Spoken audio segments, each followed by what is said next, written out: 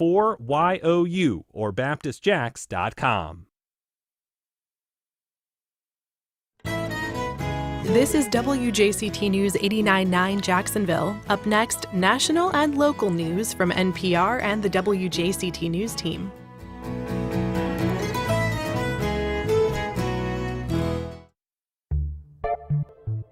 Good morning, I'm Ann Schindler. On today's First Coast Connect, a severe parking crunch is impacting travelers at the Jacksonville Airport, and it's just going to get worse during the holiday travel season.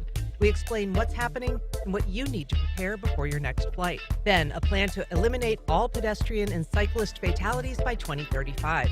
We look at the city's Vision Zero plan on a day of remembrance for pedestrian and cyclist fatalities.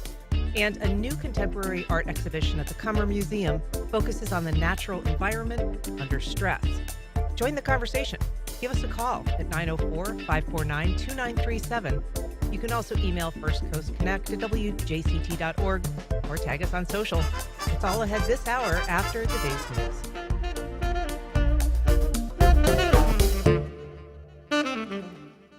Live from NPR News in Washington, I'm Corva Coleman. President-elect Donald Trump is continuing to surprise many with his cabinet nominees. He'll tap former Florida Congressman Matt Gaetz for Attorney General. Gaetz was investigated by the Justice Department and the House for sex trafficking allegations, but the probes were ended.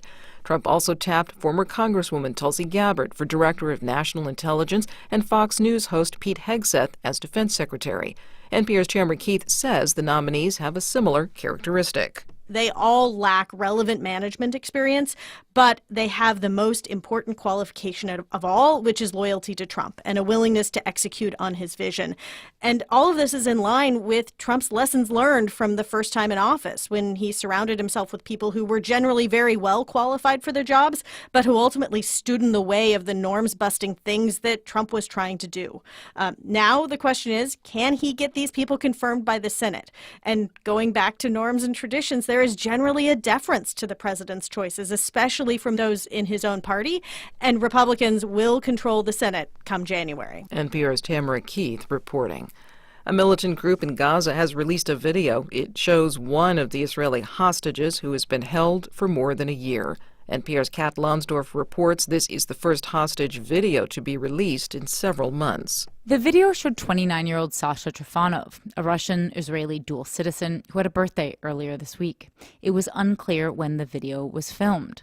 The video's release comes after Trifonov's girlfriend, Sapir Cohen, who had been held hostage in Gaza but was released last year, publicly urged President-elect Donald Trump last week to, quote, ensure that rescuing these hostages remains a top priority.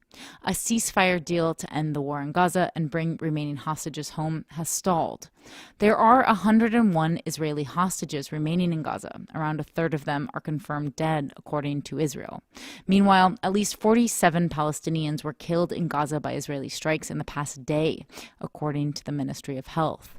Kat Lonsdorf, NPR News, Tel Aviv. A lawsuit filed by a group of young people against the federal government over climate change has suffered another setback. NPR's Jeff Brady reports the Supreme Court declined to order a lower appeals court to reverse its decision from earlier this year. The case is Juliana versus the United States, and last May, the Ninth Circuit Court of Appeals sided with the federal government and dismissed the case. In the decade-old lawsuit, young people argue the country's reliance on fossil fuels that are warming the climate violates their constitutional rights. The last three presidential administrations have all opposed the lawsuit. Now, the group heading the lawsuit, Our Children's Trust, says it still has options and plans to file a request next month for the Supreme Court to hear the case. Jeff Brady, NPR News. You're listening to NPR News from Washington. And you're listening to WJCT News 89.9 in Jacksonville. Good morning. I'm Stephen Ponson. It's 9:04. The Northeast Florida Regional Council receives more than $1 million from the U.S. Defense Department for a study on military installation resilience. The 19-month initiative will identify the resilience needs of local installations like NAS Jax, Mayport, and Camp Blanding Joint Training Facility. Regional Council CEO Beth Payne says wildfires and flooding are among the possible natural hazards they face. Those roadways are so impacted by flooding, and that's, I think, during an event. I think that's during certain high tides and king tides. I mean, I think those are the types of things that are going to be looked at. The resulting plan will enhance military readiness and response to natural hazards. A meeting will be held early next year for area stakeholders to talk about how to prepare for the future. The last Jacksonville location of the Tiny Donut Shop minibar will close later this month. The owners of the minibar location in the Deerwood neighborhood on Gate Parkway made the announcement yesterday that the shop's last day will be Sunday, November 24th. The owners say they were approached with an offer they could not refuse. The new owners will convert and rebrand the space into another concept that'll be announced at a later date. The original minibar location in Jacksonville Beach closed back in February last year, and the Fleming Island location shuttered in the fall of 2022.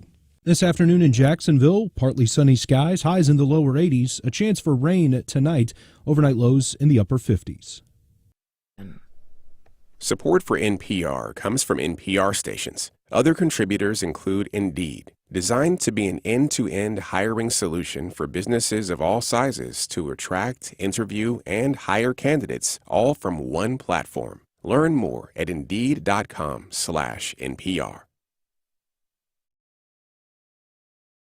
Today, if you're flying anytime soon, brace yourself for delays, frustration, possibly a shuttle bus to the economy lot. We're asking the airport's CEO why that's the case and what you need to know before the busy holiday travel season gets going. Later in the program, remembering those who died in roadway fatalities with an eye towards eventually eliminating them. But first, if you've been to the Jacksonville Airport lately, you may have noticed it's getting really hard to find a parking space. Here to tell us what's causing the parking crunch is Mark VanLoh, Chief Executive Officer of the Jacksonville Aviation Authority. Welcome. Good morning, Ann. So nice to have you. So I was at the airport last weekend and it was tight. I mean, there was no surface parking, there was no garage parking, and even 2 of the 3 economy lots were closed. So what is going on at the Jacksonville Airport? Well, it's people. Everybody's, after COVID, is continuing to fly, and they're flying everywhere all the time. Usually in September, we have a nice break. We do some maintenance, we do some painting, but not this year. It's been nonstop passengers since the beginning. What kind of numbers are you seeing at the airport in terms of, daily rates of people coming through there or in percentage increases? Every week we're setting a record, all-time record in Jacksonville. And the Sunday after Thanksgiving, which is the busiest travel day of the year, we have 15,000 airline seats. Now, we are assuming most of those seats will be full. And if that's the case, that will be another record all-time. 15,000 in one day. In one day. And so that is a rebound. Obviously, COVID hollowed out the industry. So you've seen surpassed, obviously, what even pre-COVID was. Oh, absolutely. Yeah. Absolutely. And what do you attribute that to? A number of things. I think people, first they were doing the remote work so they could work anywhere. So they were getting on a plane and going to Europe and working remotely, or they're taking the kids out of school and going on vacation. People are just traveling the world. It's amazing. Yeah. And so officials there, realize that there is this surge in passengers. You're actually seeing larger planes, I think, than you previously did, Yes. which can maybe not impact air traffic, but definitely impact crowds in the concourses. Yes, the number of people that come in and out at one specific time on a bigger airplane has a huge crush on the parking. And what we tell people when they pull up is it says parking full. Well, the next flight that comes in, maybe 100 people get off and move their cars out of that lot, and then all of a sudden it's open again. So it's a constant up and down all day long. So I want to ask you if officials are doing enough to publicize this parking crunch. And I ask that because, I'm in news, and my recent trips to the airport took me aback. I knew that there was a parking garage under construction, but I hadn't seen any news stories specifically about, we're going to be losing hundreds of parking spaces because of this parking garage. And we are routinely closing all of the lots so that, there's nothing available unless you take a shuttle bus. Well, those stories happened earlier this year in the spring when all of this started. We did the groundbreakings, and then we put out the information to tell everybody during the peak holiday times, maybe it's best if you get a friend or relative to drop you off, or maybe take an Uber Lyft to the airport. We all sat around in a room and held hands with our tenants, our airlines, and our customers saying, the next 2 years is going to be pretty tough. I think you used a different phrase. I think I might have, but we said, everybody take a breath because it's going to be a challenge. And so the first thing we did is we expanded an economy lot 3, which shouldn't fill up. It may fill up on 1 or 2 days a year because of Thanksgiving, but for the most part, it stays pretty open. And so that's always a backup for people to come to the airport and they can't find the garage or surface lots that they want. Economy 3 is usually open, and we have a shuttle that runs every 7 minutes. I'm now familiar with Economy Lot 3, and I definitely am not a shuttle bus person. Usually, if you're just joining us, we are talking to Mark VanLoh. He's the Chief Executive Officer of the Jacksonville Aviation Authority. We're talking about changes and some parking issues at the parking garage. So I was on one of these shuttle buses. One of the drivers kind of schooled us on the ride in, and he basically said, this is something that's going to continue for the next 2 years. He said, either have someone drop you off at the airport for the next 2 years, or add 1 additional hour to your arrival. Get there that much earlier in case you have to park at one of the off-site parking spaces, in case the economy lot is full and you have to go kind of double back and go to one of the privately owned parking lots. Now, to prevent a lot of that worry among our passengers is we have FDOT signs on the interstates warning you when the terminal lots are full. So as you come to the airport, those signs should be illuminated saying, make alternate plans, the terminal's full, the parking's full, period. Where do I see that if I'm coming on I-95? The big signs overhead that FDOT uses to warn you about crashes ahead. They also have airport terminal messages when we have that issue. When the parking is absolutely full, you'll see those signs. We also have it on our website. We ask people to check. You can see how many parking spaces that are available. And eventually, like I said, that happens a couple times a year during the holidays, Thanksgiving, Christmas, and maybe the 4th of July. But for the most part, there should be parking on the airport. Is it accurate, though, for us to expect this to be for the next 2 years? Well, it's less than 2 years now because we started construction already. But yes, I tell people it'll be the late summer, early fall for 2026 when the new concourse is open and the new garage is open.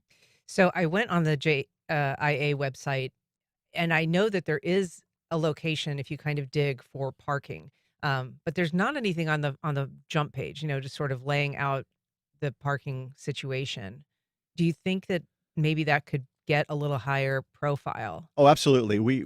I actually have a page I can go to on my desktop and see real time how many spaces we have available amongst all of our parking options. And so I think that should be on the website. And if it's not clear, we'll make it clear so people can go and look and see where their favorite parking spots are and how much space they have. So I guess in big picture, some of this difficulty that is being experienced out there is sort of a net good for the airport. I mean, I imagine you make a significant amount of your revenues from parking. Oh, it is. Airport parking is the #1 source of revenue at airports in the United States. Wow. #1, more than the rental cars, the airlines, anybody. How much of your budget does it make up? I would say it's probably 40% of our budget is Wow. parking cars. Parking costs have gone up at the airport, I've noticed. I mean, I was looking to see now that, the economy lot, I think, used to be 4, now it's 8. In, the recent years, the surface lot was maybe like 10, and now it's 14. So they have creeped up. What is that? Well, we did lower parking during COVID, and I believe we're just back to where we were. So we really haven't, because of the crunch, the last thing you want to do is raise the cost of parking. You've already got upset customers. You don't need to add one more layer of frustration. What are you doing about upset? Is that something you get an earful of all the time? Am I just piling on here? We don't really, because we feel that we've got signs everywhere telling people terminal parking full, use economy lots. And we've also got great services just off the airport, that USA Park and Wally Park that do assist us. And last year when we ran out of parking during the holidays, the local hotels also offered parking and hop on the hotel shuttle to the terminal. Anecdotally, I heard that there were people actually parking at River City Marketplace and walking to the airport. Is that a story that you heard? That's a long walk. I don't think I've seen anybody walk. They could probably catch a cab. Yeah. But walking on that road would not be preferred. Yeah, I think it would be very dangerous. But this is an expansion. I guess will bring in some more revenue, and obviously you need it to accommodate the rise in passengers. But there's also some other changes going on at the airport, big ones. Yeah, absolutely. The new concourse. We're adding 6 new gates, and what the passengers may also have noticed is because of that construction, we've taken out the club at Jack's, and more importantly, we took out one of our Starbucks, which Oh, the boy. last thing, as you said it, the last thing you want to do is mess with someone's coffee in the morning. Right. We have added a lot more coffee options. We have Southern Grounds.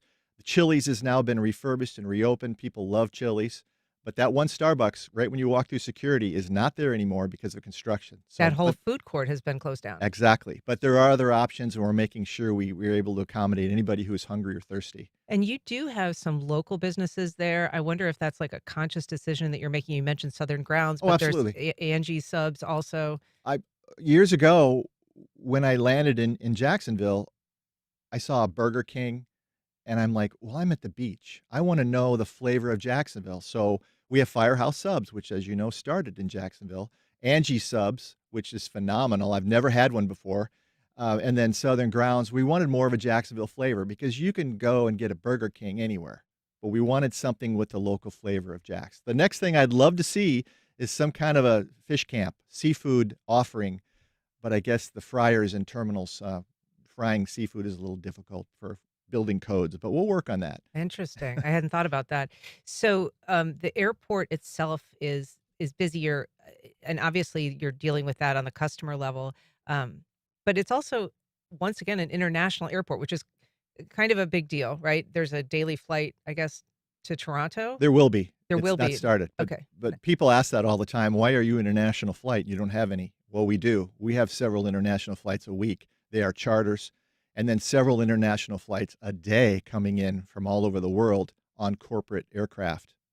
So But in terms they of are like, clearing customs. sure, sure. So you earn that name, but not in a way that most passengers experience, right? Exactly. But Air Canada starts next spring to Toronto. So what does the airport do to try to, like, do you actively try to get international Oh, flights? absolutely. So We are what's traveling the world, talking with airlines. We just got back from London and Frankfurt, talking to their European carriers about coming to Jacksonville. Of course, they all want revenue guarantees, which is millions of dollars a year to guarantee they will make money in Jacksonville. So that's the difficult part. And is that something that they try to earn from, like, a fee that you pay them? How does that work? I mean, who is courting who? You know, they want this guarantee. Is that just some money that comes from the customers? Do you have to? No, it has to come from the city, Jacksonville region, business leaders, city hall, chamber of commerce. It cannot come from the airport by law. We're not allowed to do that for airlines. So if an airline has a 200-seat jet and they fly from, say, Amsterdam to Jacksonville, they want a certain percentage of those seats filled. So they want to make money on every flight. And if they don't, they want you to make up the difference. It could get very expensive. It costs several $100,000 to make one flight to Jacksonville from Europe with Yeah. fuel and aircraft and crew. So you have to make up the difference. Now, if you do your job right and do your marketing and your stats, you know you can make a break even. So we think we have enough passengers going to Europe every day But to if make it to break even. but if you didn't, that money would have to come from Yes. taxpayers of Jacksonville. Well, somebody from Jacksonville, maybe the business in other communities, the business leaders have stepped up and put a community fund together so they can draw down the monies they donated to that fund. And generally, how full does a plane have to be to reach that threshold? Usually, depending on how many people are in first class, because that's where they make their money, 80 to 90% full. Wow. And so Air Canada obviously thinks that there's that market, They do. and you also And believe we that. agree. We've showed them the numbers that Toronto will work because you can fly Air Canada to Toronto and then fly anywhere in the world from Toronto. Oh, my producer's just noting to me that Burger King was actually founded in Jacksonville in 1953. So I guess that's sort of a local business too in its own way. We've got a call from Charles on the west side. Good morning, Charles. Go ahead. Oh, I'm sorry, Charles. I think I just straight up hung up on you. I apologize for that. Try back if you feel like it. So, a year and a half from now, what are we going to be experiencing at the airport? Plenty of parking, plenty of garage parking. We should not run out of garage parking for many, many years. And then this new beautiful concourse, and you may have seen pictures on the news of the artist's rendering, but it'll mirror what we have. So when people land, they will know they're in Florida. The bright terrazzo floors, the glass, the Florida theme. And then it'll be occupied mostly by American Airlines. American Airlines has asked us for 5 of those 6 gates. Wow. So And that's good news for us. where does they primarily go? American flies to all their hubs. Okay. So what we're thinking, and they don't need right now 5 gates, which is good news because they will need 5 gates, which tells us new service somewhere. Wow. And I want to ask you just in terms of positioning against Orlando, I imagine when you're trying to get, whether it's international or national flights, that really is a difficult neighbor to have.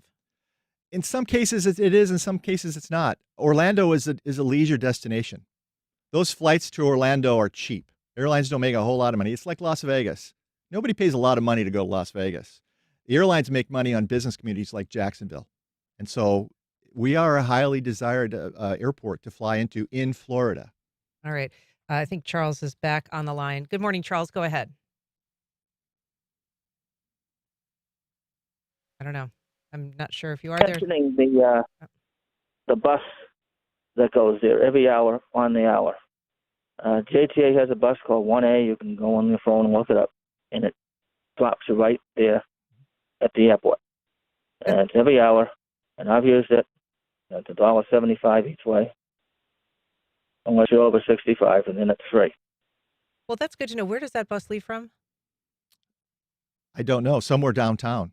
Charles, where do you pick up that bus? Charles? I don't know. Yes, Yeah, where do you pick up that bus when you take it? downtown, Okay. right at the main station, Okay. and it runs up and down Main Street, and you can pick it up. Excellent. Thank you for that. That's a really good alternative option. I would guess probably Uber or Lyft, that kind of rideshare is also a really good idea this time. It is. Yeah. All right. So your big message for the next couple of weeks, just, A couple of years. well, but particularly over the Oh, holidays, I guess okay. is what I'm thinking. Yeah. is have some patience. Make sure you're educated. Check the website, check the signage as you drive into the airport, and have a plan B. That spot you love in the garage or valet may be gone. The beauty of Thanksgiving is there isn't a lot of business travel, and business travelers love valet. So hopefully some of those premium parking options are open because the business travelers at home.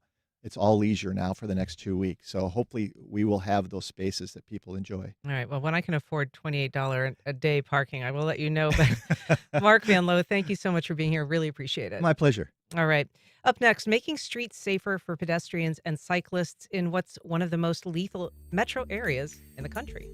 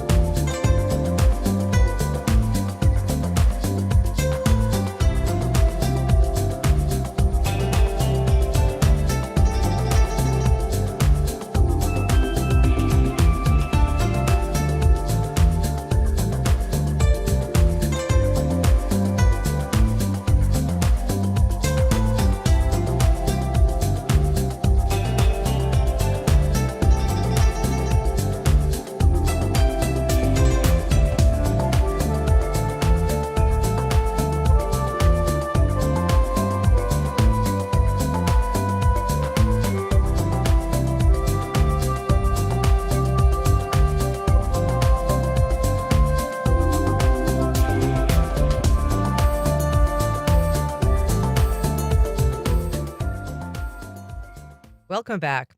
Well, Jacksonville is the 15th most dangerous metro area for pedestrians, a statistic that's underscored by a seemingly endless cycle of tragic news stories. Joining us to discuss why Jacksonville remains such a challenging place to walk or bike safely is Matt Fall, City of Jacksonville's bicycle and pedestrian coordinator. Good morning, Matt. Morning. Thanks for inviting us. Thanks for being here. Lauren Rushing, mobility planner and project manager at New Urban Concepts. Good morning, Lauren. Good morning. Thanks for having me. And Fred Jones, Director of Planning and Design Collaborative at Haskell. Welcome back, Fred. Good morning, Anne. That's a very restrained Mhm. good morning, Fred. Thank you all for being here. Today is a day of world remembrance for road traffic victims. And Lauren, this is Jacksonville's first day of local remembrance for road traffic victims. I guess is tomorrow. Why was it important to have a local commemoration? So the World Day of Remembrance will be hosted by the Bicycle and Pedestrian Advisory Committee. This is a global day to remember those who have been killed in traffic crashes or have sustained life changing injuries from traffic crashes across the world. And so, first and foremost, this is a day where we want to acknowledge the suffering of those that have been impacted by these tragedies. And we also want to give a platform for friends and families to express their grief. This is a big issue that we deal with on a national scale. We have about 40,000 people a year who die on our roadways. And locally here in Jacksonville, between 2021 and 2023, we actually had 508 people that were lost on our roadways here in Jacksonville. So we want to provide a place for those people to express that grief over their loss. And so, what does that remembrance look like? Like, what is the event? How is that shaped? So the event will be on November 15th, this Friday at noon in James Weldon Johnson Park in downtown Jacksonville. And we'll have safety advocates, transportation professionals, friends and families of victims, as well as interested residents who will all be there to listen to various speakers. We'll have the Mayor Donna Deegan will be there to speak, as well as various city elected officials and city leaders to talk about how this is an issue that needs to be addressed and deserves our attention, and to talk about the local initiatives that are going on to address this issue. And do you expect some people, families of victims, to be sharing their stories? Yes, exactly. So we will have two people. One is Drew Haramis. She's the founder of Angels for Allison. Drew sadly lost her 15-year-old daughter in a car crash on the Buckman Bridge many years ago. And then we also have Teresa Rose. She's the founder of the West Augustine Wheelers. She now lives in St. Augustine. She lost her friend in a cycling accident recently. Matt, Jacksonville has a pretty poor ranking when it comes to cycling and pedestrian fatalities. It's a little bit better than perhaps it used to be, but it's still pretty awful. What is that like? Why is that? Yeah, I mean, there's a number of factors that go into that. And like you said, we look at the Dangerous by Design report that comes out each year. And previously, we were ranked number 6 most dangerous metropolitan area in metropolitan areas with 500,000 residents or more. And we went to ranking of number 15, like you said, which is getting slightly better. We were one of 2 out of the top 20 that got better and not worse. So that's good. But, we didn't take time to celebrate. We know that there's so much work to be done. There's just a million factors. One of the biggest factors is just infrastructure in general, which can take millions and millions of dollars of investment and planning and all of that. So that's more of a long range trying to get safer infrastructure. But there's things that we can do that are mid-range and short range. Like short range is educational outreach, going out to schools in the Duval County Public Schools and teaching kids, hey, this is what you do at intersections. This is how you ride your bike safely. There's mid-range things that we can do. Like we just got a $1.27 million US DOT grant that we can do some quick build demonstration projects with. And this is where you go out and you do a temporary installment that's going to be in the roadway for maybe 8 months to 2 years. And residents can see that and say, oh, this is what a protected intersection is. Well, describe what that might look like. So this could be anything as small as taking $20,000 and going and just putting in flex posts and painted bulb outs at an intersection to reduce the conflict area with pedestrians and vehicles. And it's a temporary installment. It could all just be washed away the next day if you need to, but it usually will stay there for about 8 months. And kids can cross more safely and say, oh, well, cars are channeled sort of around us instead of going right at us, where it tends to be at an intersection. They'll slip lane right into the pedestrians. Now there's channeling, so the cars have to actually go around at a 90-degree angle and cross. So it's a temporary installment that can make roadway areas more safe just temporarily. And then communities get to test that out before investing in permanent infrastructure, so they can see what like I said, a protected intersection or a temporary protected bike lane that has curbing between the vehicle lanes and the bike lane, so there's no back and forth there. And they can test it out and say, oh, this is something good. Let's make it permanent. So now let's go in with more infrastructure dollars and actually make this a permanent installment. So, And what is it about the design of it that it makes it temporary? I mean, those flex posts just aren't durable in the long term. yeah, I mean, these are things that could just be drilled into the asphalt, but you could just pull them out, and it could be some striping that you can just blast off after if they don't like this design. And so this is sort of a follow-up to the Vision Zero action plan that we're working on. It was through the action plan, we identify areas where maybe these temporary demonstration projects can be installed.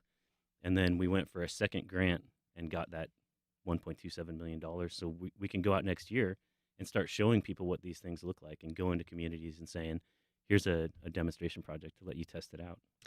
But Fred, you testified before the House Transportation and Infrastructure Subcommittee on Highways and Transit in 2019, and you noted that Florida is home to, I think you said, the number 1, 2, 3, 4, 5, 6, 8, and 9 most dangerous cities. What is the deal with Florida that we have so many cities that are dangerous? Yeah, a lot of this has to do with how Florida in general developed after, largely after World War II. Most of the infrastructure that was planned was built around the highways. So this is at a time when we're booming. The interstate system is developing and being deployed. And so most of the thinking around transportation, particularly in the Deep South and the Sun Belt, was driven around the automobile.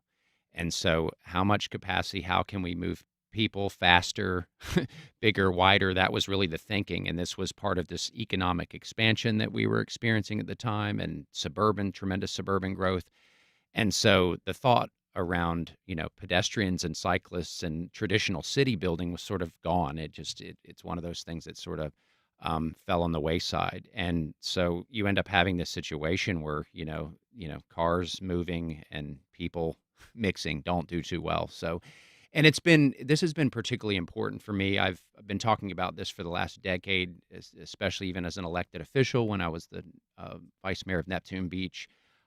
Just really trying to advocate to really think a little bit differently about this. And to Matt's point, even though we've improved, it's always the same metropolitan areas that are in this list. They just sort of jockey for position, who's going to be worse than the other, and that's subsequent issue. I think of suburban development in the post-war era, though, as having sidewalks typically. And it really seems like new developments have shifted away from that, even as there's greater awareness of the risks of mixing pedestrians and cyclists with automobiles. I mean, you're a planner by training. What is behind that shift, even in current developments that are being built today? Well, again, I think so much of it does come down to cost and a lot of the standards that we're applying to our roadway designs. It's just about, faster. How do we accommodate as many vehicles? How do we accommodate people? We need to have these large turning radii at our intersections. And so we've taken these sort of standards as dogma and we've applied them into our neighborhoods. And as a result, you have this conflict between, what people want and how they can move around. And so people feel safe.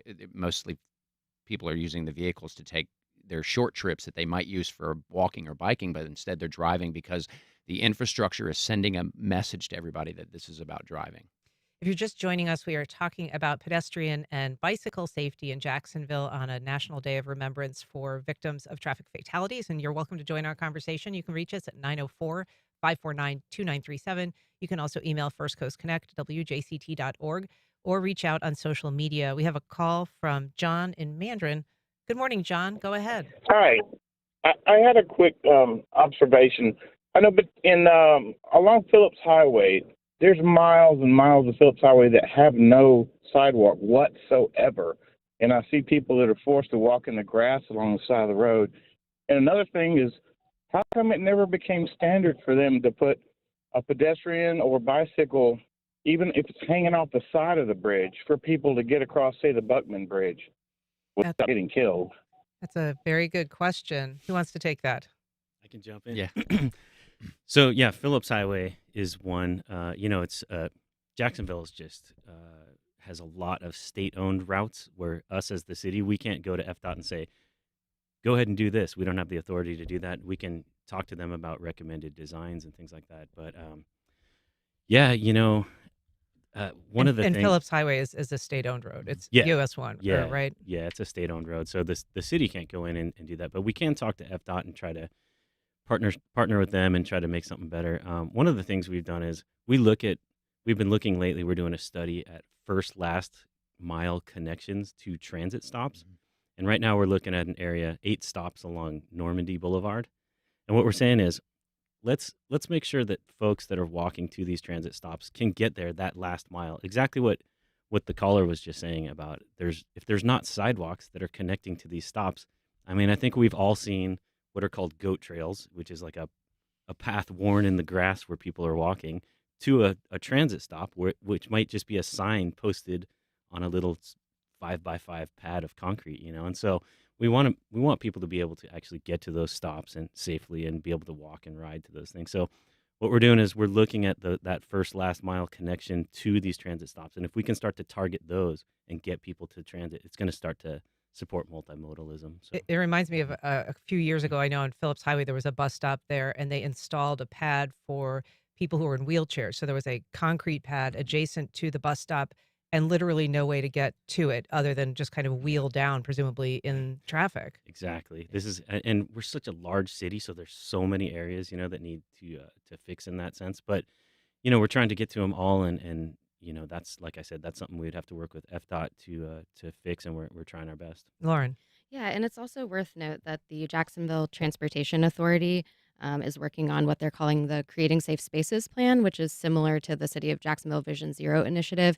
And they'll be looking at safety from the perspective of adjacent to transit and first and last mile solutions to transit. So we hope that those kinds of solutions are something that will come out of that plan as well. I want to talk about Vision Zero, but first we've got a question from Mike on Facebook. He says, what about building walkway overpasses over our busiest roads, Beach Boulevard, for example? We know that Beach Boulevard is one of the really bad roads when it comes to pedestrian fatalities. So how realistic is that?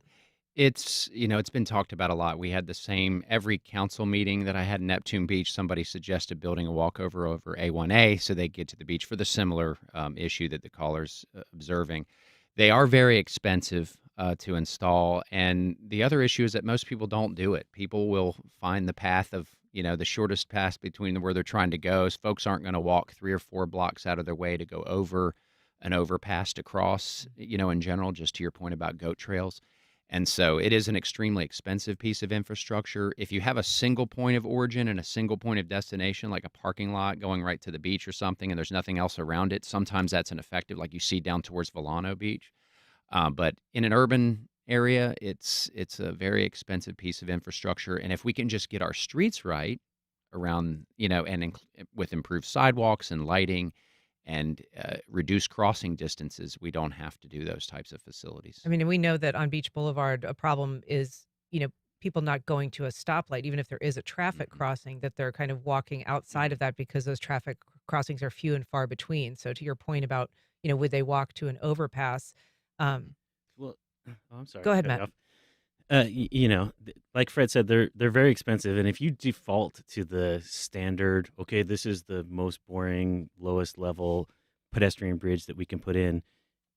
Fred's right. It's not going to get used. So you need to incentivize by having, like, Miami has some really amazing. You can ride your bike up the ramp to get there and cross, and there's cool lights, and there's coverage so you can be safe from the rain. That type of stuff. We can't just default to these. I mean, if you look at some of the pedestrian bridges that go across Martin Luther King, I mean, they look like it's just a cage, basically. At nighttime, it's going to be dark, so people aren't going to start using these things. So it's getting a lot of investment to get those across. Like Arlington Expressway, I think, is a great candidate for that. There's lots of getting from the north in Arlington to the southern area is just like really difficult for people. So. And that roadway has, is largely limited access. So that's part of the solution as well. But when you have a series of blocks and things of that nature, a more effective solution is to install more of these hawk signals or pedestrian hybrid beacons. We're starting to see those. Signal? Yeah, these are these signals that are exclusive overhead pedestrian signals. They usually have 3 lights on them. You may have seen them. I know most recently they did install 3 of them on A1A.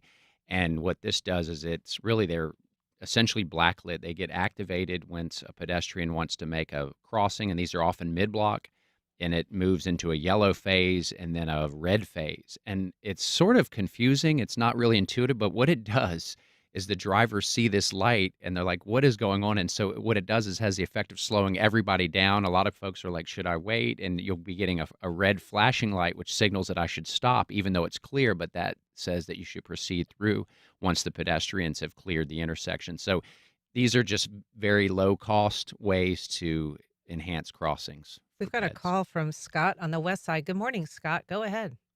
Hey, yes. This is Scott. Hi, Scott. Go ahead. Yeah. Hey, I was just wondering if there are any plans to put sidewalks on Collins Road between Roosevelt and Blanding. There are a lot of folks pedestrians who walk along the side there because we have some low-income housing off of Collins Road there, and they walk out to Blanding to get the bus. On the other side of Blanding, all the way out to Oakleaf has been widened, and there's sidewalks on both sides. But I was just wondering about our side. Thanks, Scott. Matt, do you know the answer to that? Yeah, I know that there's a lot of great projects that are coming along. We're looking at Collins all the time, and Blanding, I believe, is the FDOT route again. So it's just making our local connection to that. But there's some things in the works, and we're definitely looking at that. Especially, I believe it's already been identified on our high injury network, a couple of routes around there. So yeah, there's things coming along. Is FDOT being responsive in terms of coming along on the roads that they own? Yeah, I mean, they're making an effort, and I know that they have Target Zero, which is going to align with our Vision Zero. So I know that it's like Fred was saying, there's, everything's been designed so auto vehicle centric for so long that it takes a long time to sort of turn the ship in the right direction. But they're beginning to, consider bicyclists and pedestrians all multimodal level of service a little bit better. Got a call from Richard on the west side. I'm kind of noticing a west side theme. Go ahead, Richard. Very weird. Hello. Good morning, Richard. Go ahead. Yeah, my comment and question is about certain stretches of roads like Blanding Boulevard, for example. There's stretches of that road for more than a mile with no crosswalks, no traffic signals, and in a very dangerous situation for pedestrians. Seems to me that putting in crosswalks would be helpful. And then, even looking at one of the more walkable neighborhoods in Jacksonville and Riverside, you're going down Park Street anytime, you'll see people waiting there for long periods of time to cross the street. No crosswalks, no lights, no nothing. Can't something be done about that? Good question, Richard. Are those, again, we talking about FDOT roads, Blanding, but what about Park? Yeah, we're always looking at local routes. I think that's in Council District 7, and I know Jimmy Peluso is very proactive. He's very proactive about trying to make things safer for bicyclists and pedestrians, and so we're working with our traffic engineers to look at all these routes. We have 840 square miles of roadway. A lot of it's FDOT, and it's a big undertaking. I mean, to the caller's point, it's happening everywhere where we have these issues, we have these deficiencies, and limited amounts of funding. And FDOT is trying to make a difference, but also if you look at their work program, it's so heavily focused on more capacity for larger, bigger, faster roads. There's a lot of interchange. There's limited access facilities is their big focus, and that's millions and billions of dollars, and then sometimes having to redirect that to this issue of bicycle and pedestrian infrastructure it's a challenge right now. Lauren, you wanted to say something. Yeah, I think prioritization is a big issue just because, as Fred mentioned, we have such a large city with so many roads. But I do want to mention that as part of developing the Vision Zero action plan, there will be plenty of community engagement opportunities. So Matt, maybe you could let us know where folks could go to get their name on a newsletter, so they can let us know, what areas should we prioritize? Where are you seeing issues? Because you all are just like us, the ones out there on the streets observing these things, and we really want to hear from you.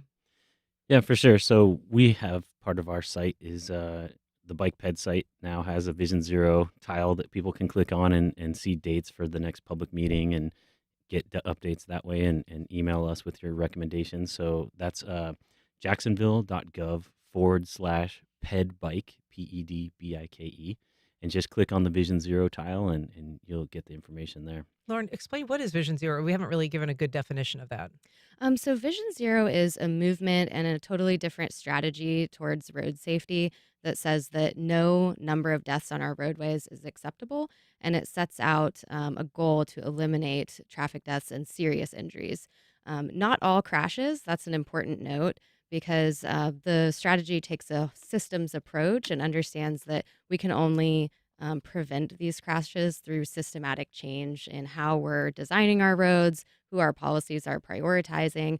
And so we're not going to prevent all crashes because it acknowledges that humans do make mistakes, right? So perfecting driver behavior, travel behavior is not going to be the end all be all solution because humans make mistakes, but we have to make sure that when mistakes are made, they don't have to result in death. And we do that by changing who we're prioritizing on our roadways and how we're designing those roads. And the goal is ambitious, right? 2035 is the deadline to set for no fatalities. Is that right? So I don't know if the National Vision Zero Network has a specific date. Is that true, They've been Fred? talking really about 2050 Okay. is the big, goal. And again, a lot of this does come down to speed, but I think there's different sets of different horizons for folks, but I think nationally that's sort of the direction. I want to take a call from Devin in Atlantic Beach. Go ahead, Devin.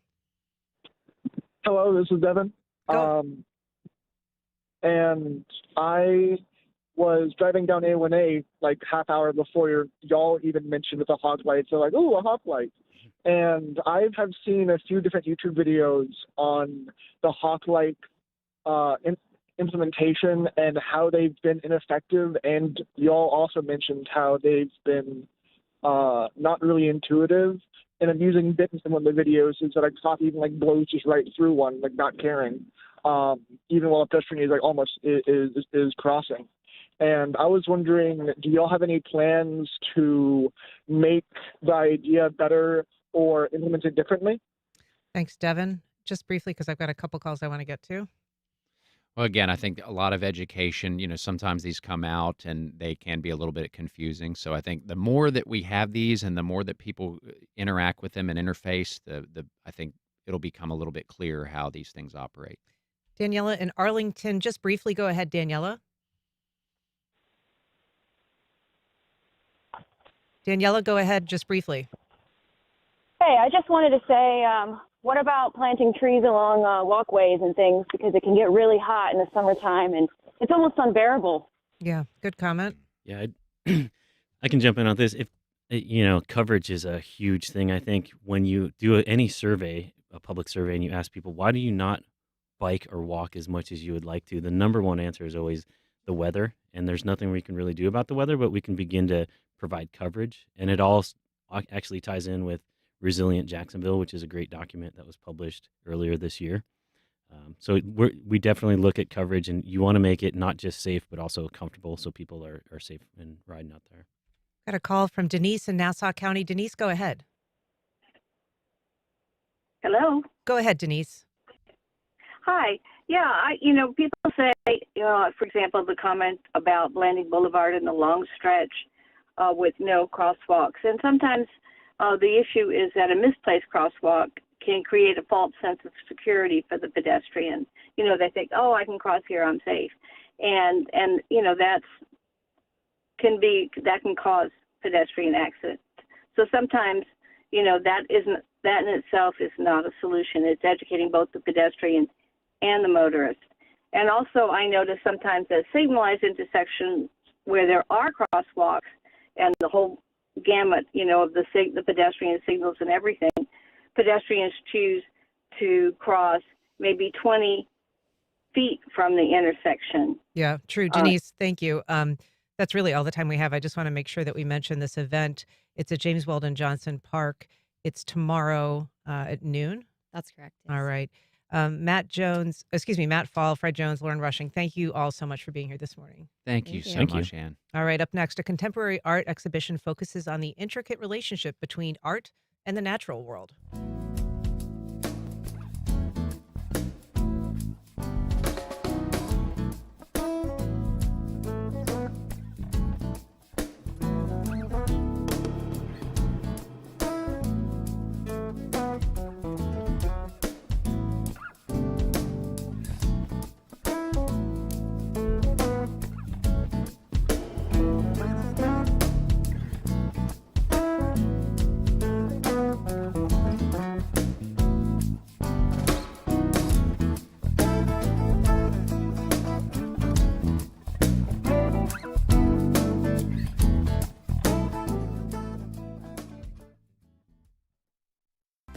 Teach is a day-long conference created to engage, empower, and inspire teachers. This is my 4th year teaching, and this is my first time at a Teach conference. And what I've gained from this day is the camaraderie when teachers come together and just share information and share experiences. But more importantly than that, we had a keynote speaker this morning who was dynamic, very inspiring. Saturday, November 23rd. For tickets and more info, go to wjct.org/teach. On the next Fresh Air, an accomplished screenwriter and author of one of the most anticipated novels of the season, Richard Price.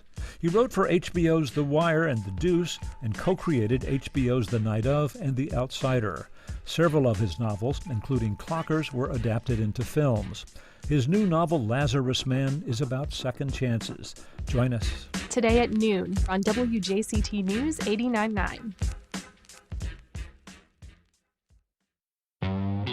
Starr County, Texas is 97% Latino and voted for Democrats for more than 130 years until last week. Someone tried to tell me, well, you don't have too many registered voters and it's not going to flip you red. And I said to them, oh, watch out for the blue people that were voting for Biden last time. They're going to come over to this side. You just see that. You feel it. That's on the next On Point. Today at 11 on WJCT News 89.9. President Biden's time in office is running out. His administration is rushing out the last amounts of aid to Ukraine before his term ends. Meanwhile, President-elect Trump is staffing up.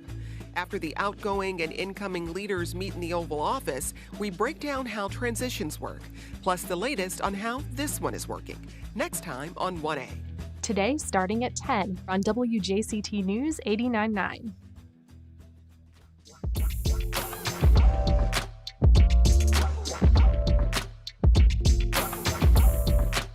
Welcome back. The environmental extremes we see in images online or even in our own neighborhoods are increasingly reflected in the art world. And in fact, a new exhibit at the Cummer Museum of Art and Gardens showcases this very diversity, biodiversity, and also stress on the environment. Here to tell us about it, we're joined by Trevor Schoonmaker, exhibition curator and director of the Nasher Museum of Art at Duke University. Good morning, Trevor. Good morning. Thanks for having me. So the theme of this exhibition is natural environments under stress. How did you select the artists for this? Well, since I started the show at the Nasher Museum in Durham, North Carolina, I really started thinking about what would be most relevant to our local community, but also in a global context. So there are 30 artists that are connected to North America and the Caribbean that have historical connections, cultural connections, ecological connections to this region. Okay, and so what qualities were you looking for in choosing them then? Oh, well, the theme of the show really is about our relationship to the natural world. So what sets us apart a little bit from other environmental exhibitions is this is an exhibition that helps remind us that we're part of the natural world. It's not something outside that we visit on the weekends. We're part of the ecosystem. We have an integral role to play. So it really looks at it through a cultural lens in a way, the way that the land, the water, our food, our practices, our traditions, they're so influenced by nature. They're so influenced by the land that we live on. And so they actually influence our sense of self and who we are. They shape our identity. They shape our personal identity, our collective identity, our cultural identity. And being able to see oneself in nature, I think, hopefully, will enable people and inspire people to care for it. And so these are, artworks produced on a theme, or at least curated around this theme of nature and the natural environment. But you have really diverse artists. Tell us a little bit about the different styles that are part of this exhibition. Yeah, the show really focuses on the diversity that you mentioned. So there are 30 artists. They are from a wide range of cultural backgrounds, but also artistic backgrounds. And so you're going to see different media. There's video, there's photography, there's painting, there's sculpture, there's installation, you name it. I mean, the point of this is really about the significance and the necessity for diversity. So the art had to really speak to the importance of cultural diversity and the importance and the criticality of biodiversity through the diversity in the artwork itself. And so, are these artists typically working around themes of nature, or is it just sort of a piece that you found that coincidentally aligns with the theme of this exhibition? It varies a lot. As curator, sometimes you cherry pick a work that really just beautifully speaks to the theme that you're addressing, the story that you want to tell. As a curator, you're a storyteller, and the artists themselves are storytellers. So some of them have been really environmental stewards for decades and have been working deeply within this concept and these themes forever. Some have made recent works brand new for the show, and others have are best known for different practices, but they made this work that speaks so eloquently to it. So it's a broad, it's a big research project to bring in works really from the early 70s to the present. Oh, interesting. A lot of it is new, but it's really showing about this engagement in a multicultural fashion across the board for quite a while. So there have been exhibits in town before. I particularly think of Gideon Mendel, who does portraits after floods. He did a series called Drowning World, and then I think he kind of moved on to forest fires and fires that were claiming, huge swaths of land because of environmental stressors. And those are powerful portraits. They're also kind of, bleak. And I wondered if you were trying to come up with a mood for this exhibition, one way or the other, in terms of framing, threats to the environment. Yeah. So obviously you have to address the serious nature and the critical nature of the environmental struggle that we're in right now. But if anyone visits the show, when they visit, you'll see that it's an incredibly hopeful show. And it's not, these artists are not naive because they're deeply, deeply immersed in these issues. So they're really able to say all of the answers are here. They're before us. It's up to us as humans to save ourselves. The planet's going to save itself, and it's going to live on probably longer than humankind. The planet's trying to save us, and we're maybe not allowing it to at our best capacity. So there's a lot of hopeful messages, and it primarily is that, because I think one of the takeaways, you want people to leave here and feel like they can do something. Every little bit helps. If you plant a native plant in your garden instead of an invasive one, it makes a difference. It supports the local biodiversity and ecosystem. So just those little gestures, and even just realizing the things that we've been doing for generations in our families and our communities have this deep connection to nature, and we've forgotten that, and disconnected from nature in ways. So this is an ability to sort of pull ourselves back in, reconnect with the land, reconnect with the environment. All right. Well, it's Trevor Schoonmaker. He is going to be in town December 10th, but the exhibit at the Cummer is called Spirit in the Land, and it runs through February 9th. Thank you so much for being here. My pleasure. Thank you. All right. You've been listening to First Coast Connect. Provided by Baptist Health and the North Florida TPO. Baptist Health is a proud supporter of First Coast Connect.